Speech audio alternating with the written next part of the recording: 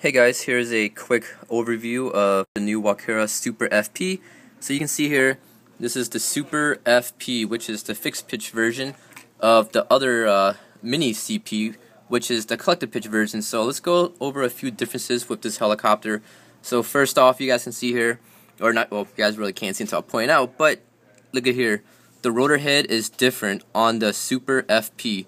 The mini CP has this style head, also the Genius FP also has this style head, but the Super FP has this new one-piece or two-piece style, which is a little bit more durable and beefier, so it should, survive a little bit more crashes, or hopefully it should survive a little bit more crashes. So next up, main blades are made out of plastic, very durable, it's very flexible, but when you're in flight, the blades don't actually flex this way unless you apply that much pressure, but these blades are very durable. It takes a lot of crashes, and most likely these blades will never break unless you cut them, or not sure how they would break, because it's a different formula with the plastic, so it's just a little bit more durable. The tail rotor setup is the same as the mini CP, except on my mini CP over here I upgraded to the double tail setup with two tail motors, two tail rotors, because I have a brushless motor on here. But we're not talking about the mini CP and my upgrade. That'll probably be another video if you guys are interested. But let's go back to the Super FP.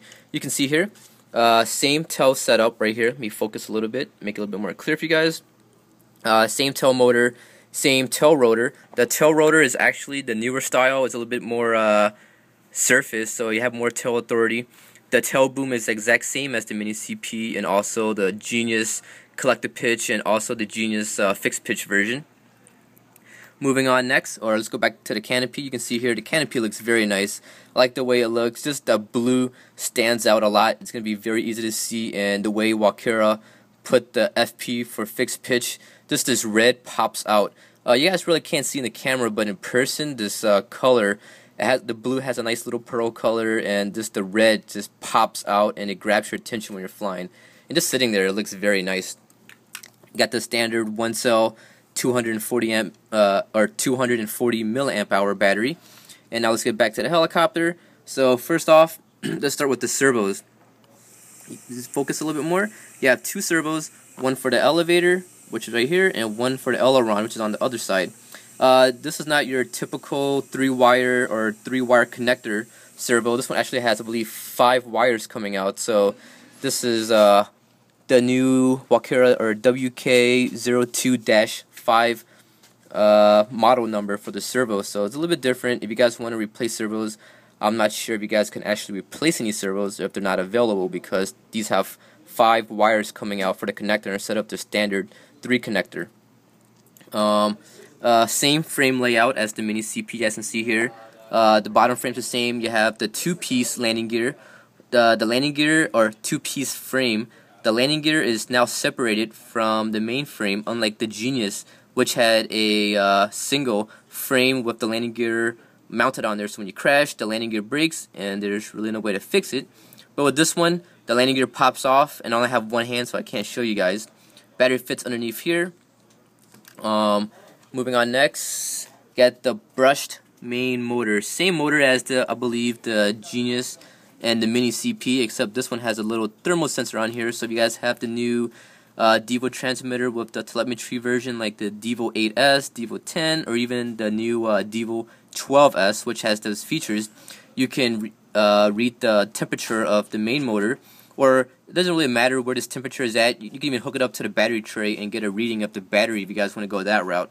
But this right here is hooked up out the box from the factory to the motor, so you can read the temperature of the motor.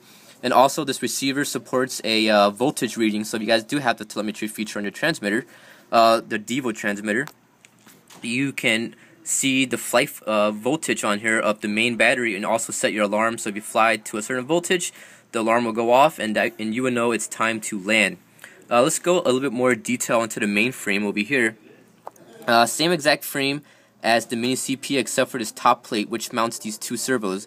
If you guys want in the future to, I would say, upgrade it to the mini CP right over here, very simple. It might cost you a little bit, but all you have to do is replace the servos, put in the mini CP servos. I believe the Genius is going to be the same servo. Get 3 servos, a new top plate from the mini CP, because there's a let me focus a little bit, try to find it with the camera. You can see there's a slot right about here, which goes for the third servo if you guys do that 120-degree swash plate setup. The motor is exactly the same. Tail boom is exactly the same. Same tail motor setup. And the next thing you guys have to get is a new receiver board right here, because this is a fixed pitch version. And you can see you can't really hook up 3 servos on here, so you guys have to get the mini CP set up. And since we're talking about the receiver layout, you can see here this receiver mounts vertical right here, very similar to the to the E-Flight MCPX. It's more compact this way, and you save a lot more space. And when you do crash, there's no funky piece hanging out horizontal to get damage in a crash. So that's a little bit better design. I like this design better. So that was a quick overview for you guys. Sorry it's a little long and kind of boring, but the flight video will be up very soon. So hope you guys enjoyed. Thanks for watching.